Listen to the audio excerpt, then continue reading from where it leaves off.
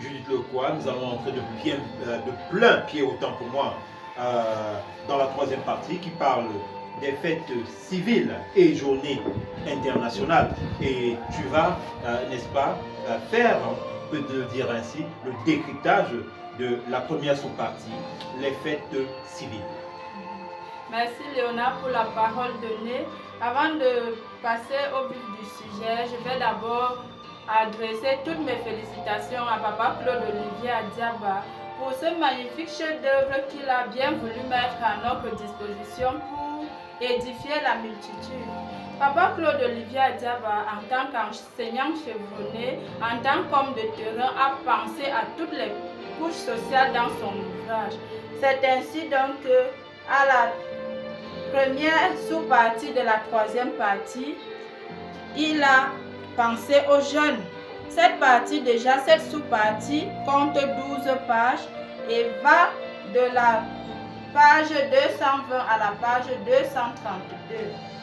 Concernant donc les thèmes développés, Papa Claude Olivier Adiaba a adressé d'abord un message fort interpellateur à la jeunesse à l'occasion de la 57e édition de la fête de la jeunesse, où il invitait les jeunes à être responsables, à adopter des comportements nobles, parce qu'ils sont le fer de lance de la nation. Papa Claude Olivier Adiaba dit, je cite, « Il s'agit d'un thème qui suscite une véritable prise de conscience, un thème qui invite la jeunesse à cultiver le sens de la responsabilité, à sortir de l'incivisme et de tout comportement déviant, afin qu'elle se réapproprie les valeurs morales, citoyennes et socio-culturelles. » À côté de ce thème, à l'occasion des rentrées scolaires année 2022-2023 et 2023-2024, Papa Claude Olivier Adiaba a adressé aux élèves un message pour que ceux-ci ne s'éloignent pas de l'essentiel, pour que ceux-ci utilisent leur temps à bon escient afin que nous puissions atteindre les objectifs fixés en début d'année.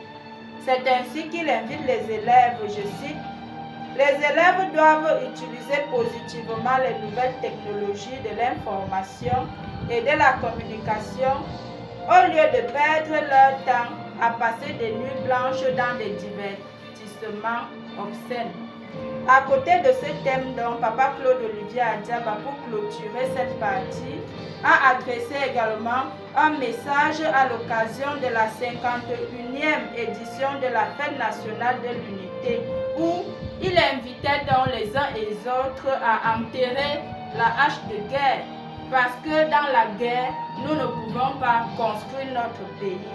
Papa Claude Olivier Adiaba dit, en effet, c'est dans un climat marqué du sceau de l'unité, de la concorde, de la tolérance, de la paix, de la fraternité, de l'harmonie, de la sécurité que les membres d'une famille, d'une communauté et d'une société sont épanouis du fait qu'ils évoluent dans un cadre sain et sécurisé, propice à l'éclosion des potentialités des uns et des autres. Voilà, Léonard, de façon ramassée, ce dont Papa Claude Olivier Adiaba a parlé dans la première sous-partie de la troisième partie de son ouvrage. Merci. Merci Judith.